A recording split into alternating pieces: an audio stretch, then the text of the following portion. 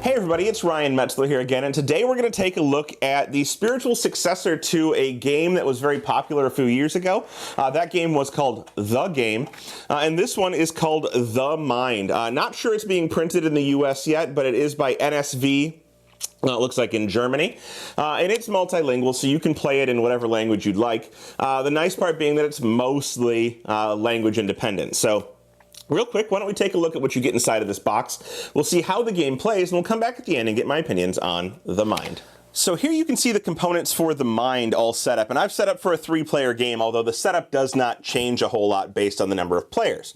What you're going to have is a stack of level cards here, so we'll see level 1, 2, 3, 4, all the way up through 12. And these just dictate how many cards each player is going to receive at the start of each level, and also they show at the end of the level whether or not you get a reward. So for beating level 2, you're going to get a shuriken, which is one of these cards here, or you'll see right now the players start the game with 1.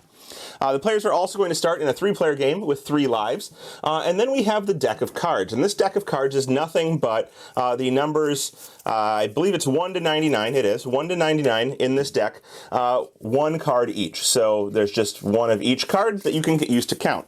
And you're going to shuffle these at the start of each level, and you're going to deal a number of cards to each player equal to the current level. So let's just deal out 3 players for us real quick here. Now, once we've dealt this out, the players are going to start the round, and what they're going to do is they're going to be completely silent. They're going to make no gestures, motions, head nods, signals of any kind, and in order to beat this level, these players need to play these 3 cards, each one of them, of course, looking at their card, in ascending order, starting with the lowest card and stacking up to the highest card. Now, the trick here is they're not allowed to communicate in any way, right? So they're trying to figure out, just based on kind of the minuscule social cues or the impending sense of I need to play my card, when their card should go down. So we can see one player here has the 40, one player here has the 53, and one player here has the 91. So our 91 player probably believes that he's going to play pretty late. The dilemma here is between our 40 and our 53 player, right? Because both of those cards are not very early, so they're going to be waiting quite some time in order to play these cards, because they're going to think, well, somebody likely has a lower card than I do. Now, in the earlier rounds, this is a bit easier, because, of course, there's a few cards, so it's possible, highly possible, that my 40 may be the lowest card out there. There's still 50-some cards higher than that. So maybe, you know, we wait a while, we're thinking, we're waiting for somebody else to play, and the 40 player finally decides to play their card. And they're like, okay, that's good. Nobody else here has a card that's lower than that, so nobody has to say anything at this point. And now we know that the 53 players are going to probably feel a bit more comfortable, and eventually they come out and play their card. And then the last player only has their card, so they play their 91. And that successfully completes this level. So then we would get rid of the level 1 card. It would go back in the box. We would take all of the cards we just played. We would shuffle them back into the deck. And we would deal out, this time, 2 cards to each player. All right? So now each player is going to have 2 cards for level 2. Now, what are these cards here for? So the shuriken here. The shuriken can be played, a player can raise their hand and say that they'd like to play a shuriken at any time, and the shuriken's going to get rid of the lowest card in every player's hand. So if you're at a tough spot and you're not sure what should be played, or you just think it would be easy to get rid of the lowest card for everybody, this is going to get rid of the lowest card in everybody's hand, but note that it does go away once you've used it. You can earn a new one by going through level 2. So now that each player's got their cards again, we'll see this player has 11 and 32. This player has 79 and 93. They're not going to be playing until late. And 61 and 87. So now our players start again at a new round, sitting there and waiting to figure out when they should play their cards based on those cues or their impending sense of needing to play. And of course the 11 comes up, and then we start waiting a while and waiting a while and waiting a while, and maybe a player gets too antsy, right? The 61 comes out before our 32, but not, you know, having effect on any of these cards. If this happens, a card is played out of order. The player who has the card that's below this player right here, is going to go ahead and stop play. So we see they have a 32. It's lower than 61. It should have been played first. They're going to stop play. Everybody's going to lose a life, so the life will go away. And this card also gets discarded out of the game, at least until the next round, right? So it gets discarded out of the game, and any other cards that were under 61, in this case none of them, would have been discarded out of the game as well, for the cost of 1 life.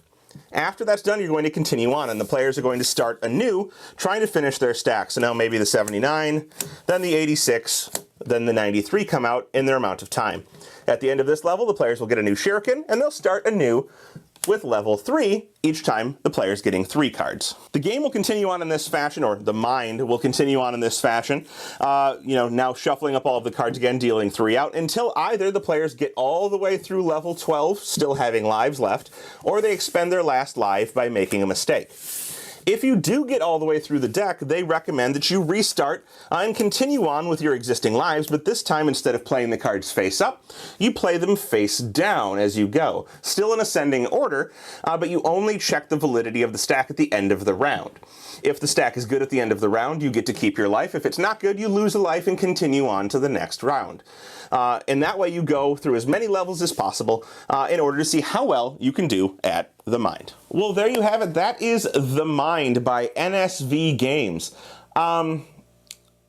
I'm going to have to apologize. I just don't have much positive to say about this so-called game. I would actually more call it an activity. And perhaps it's just my style, so I'm going to say that right off the bat. The whole aspect of sitting down and waiting around silently, kind of, I guess, waiting for social cues. I understand the concept. I understand that it's supposed to be kind of a mind meld game, and you're supposed to be trying to read the other players, and perhaps this is something that just doesn't sit well with the groups that I tend to play with. But every time I sat down to play it, everybody got bored immediately. Instantaneously. Now, in addition, the rules tell you, and I had this argument with people on social media, that you are not supposed to count. Now, this is actually in a bottom portion of the rules, telling you kind of the secret of the mind, or the game, The Mind, and it's really trying to outline I guess the feeling that they're trying to portray, and it's in this hidden, don't read this your first game kind of box, spoiler box. So my groups and I all immediately started kind of in our minds counting down time.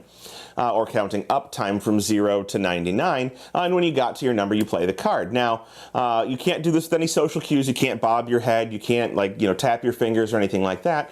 But if you have a relatively strong sense of time, at least with your group, you end up in a scenario where everybody's kind of counting time and able to play the cards when they want to. That little secret box says don't count. You're supposed to sit there and gauge time without counting, which I suppose could work, but that's unfortunately not the way my brain handles things. And so I end up counting, and the game loses its luster for me. Yeah, I don't like it. I don't enjoy it. But that doesn't mean it's not for anybody. I guess there could be groups out there that enjoy it. Seems like there's a ton of them. So if it sounds good to you, by all means, check it out. I would recommend going with the predecessor, The Game. Much more well-developed and better idea. But if this one sounds good to you, check it out. That's The Mind.